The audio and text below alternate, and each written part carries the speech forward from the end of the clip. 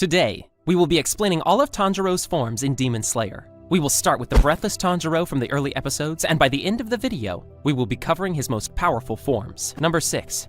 Demon Slayer Training.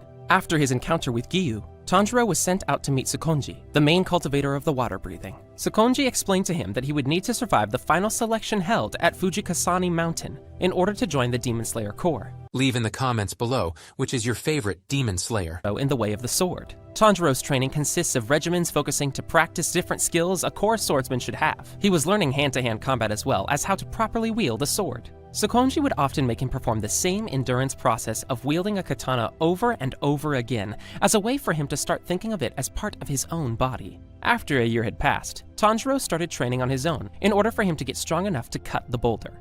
Have you watched this part of the Demon Slayer anime? Makomo. He starts sparring with Saburo daily, and Makomo spends time pointing out the defects and correcting the unnecessary movements in Tanjiro's techniques. He was then finally able to slice a boulder and master the water breathing. Just after learning water breathing and taking the final selection, he was able to take down the Hand Demon, who was by far the most powerful demon on the mountain, having eaten a total of 50 humans. In my opinion, I hate this demon. What is your opinion? Leave it in the comments below. Slayer. During his early days as official Demon Slayer, Tanjiro relied on his water breathing only, having mastered a total of 10 forms. On his first mission, he was tasked to go to a nearby village and search for the demon that's been kidnapping girls. He was able to pinpoint the demon's location and prepared to use the water breathing, but he was surprised by the emergence of the 3 bodies of the swamp demon, switching to the water breathing 8th form. I remember when I saw this part and how he cut the arms of the demons. This scene showed us how Tanjiro is able to adapt his water breathing to different scenarios and knows which form to use when needed. During his encounter with Susumaru and Yahaba, 2 demons Muzan sent to kill Tanjiro, he used different forms of water breathing and even created his own combination of 3rd and 6th forms in order to defeat the demons. One of Tanjiro's best abilities is being able to adapt his fighting style to every opponent he faces. I hate this demon with all my heart because he is so annoying. He uses his 9th form to counter Kyogai's blood demon art and decapitate the demon. Even though Tanjiro mastered water breathing, he was easily overpowered by lower rank 5 Rui at Nagatumo Mountain. Even his 10th form, Constant Flux, did little to no damage to Rui. I think this is one of the strongest lower rank moon, and my favorite. Hinokami Kagura. When Tanjiro was fighting for his life against Rui, he realized that his water breathing skills simply weren't up to the task when it came to dealing with such a powerful foe. As a result, he was forced to look back on his past and remember a certain dance passed down in his family that could be interpreted as a breathing technique. The dance is composed of 12 segments repeated throughout the night until dawn. Imagine he fighting with Muzan. Utilized in this dance allows the user to never exhaust themselves no matter how long they move, making it such that they can seemingly dance forever. This led to Tanjiro unwittingly using Hinokami Kagura for the first time, allowing him to get the upper hand against Rui. I love this scene, in my opinion, is epic.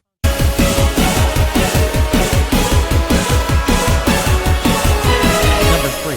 Total Concentration, Constant. After barely surviving their encounter with Spider Family demons, Tanjiro, Inosuke, and Zenitsu started Total Concentration training. After mastering Total Concentration, which further enhanced his physical abilities, Tanjiro was capable of fighting lower rank 1 Enmu.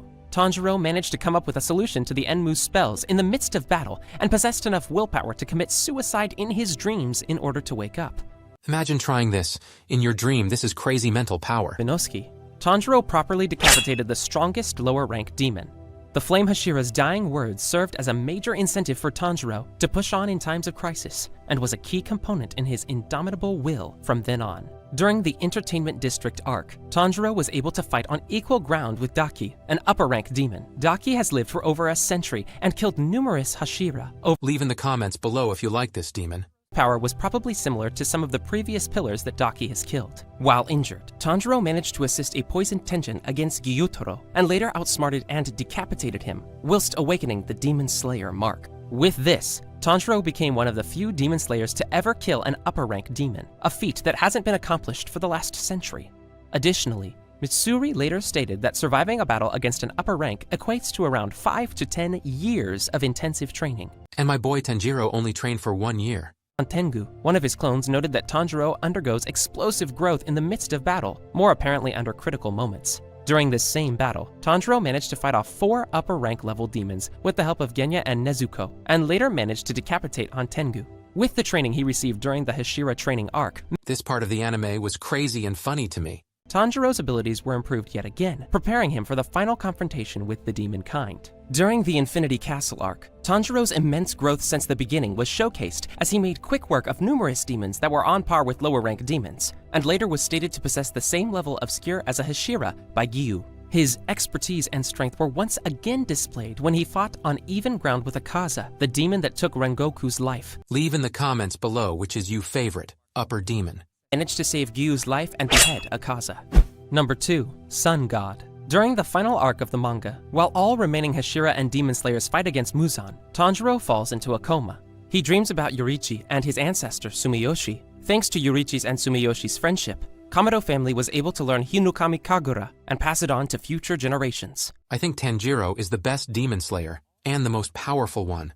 He noted that his own Hinokami Kagura forms contained wasted movements. He then tried to fix those once he resumed battle. He only starts naming his attacks as sun breathing after this moment, which showed us that before Tanjiro actually saw sun breathing in its purest form, his Kagura moves weren't as strong as they could be. After shifting from Hinokami Kagura to pure sun breathing, Tanjiro was able to stand on equal ground with the most powerful demon of all time, Muzan, using the sun breathing techniques. Leave in the comments below if next season you want to see Tanjiro versus Muzan. Number 1. Demon King.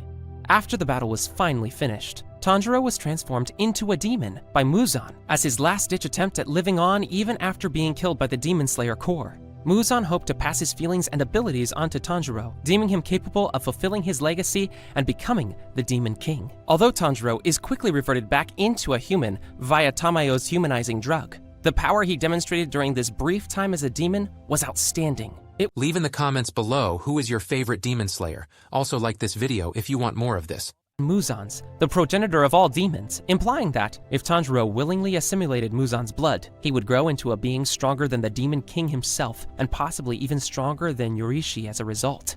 Similar to Muzan, and likely because he inherited his blood, Tanjiro's screams can create powerful energy and lightning-like shockwaves. This technique was powerful enough to blow away Zenitsu, Inosuke, and Goto while they tried to restrain him. Leave in the comments below if you remember this part. The blood of the Demon King, a being who possesses the fastest and most powerful regenerative power in the world. Tanjiro's regenerative abilities surpassed that of all other demons that existed. Even Giyu Tomioka noted that this ability, coupled with his immunity to sunlight, makes him a being who is practically invincible to all forms of physical harm. After he transforms for the first time, Tanjiro is initially affected by sunlight as any normal demon would be. However, he quickly develops a resistance to it. Subscribe and like this video for more. Taking any damage. It's possible that he's able to do this because, as noted by Muzan right before his death, he shares blood with Nezuko, a demon who conquered the sun, and his abilities appear to stem from her own. I think it's safe to assume that Tanjiro as the Demon King is the most powerful being to ever exist in the Demon Slayer universe. Subscribe because it's free for now.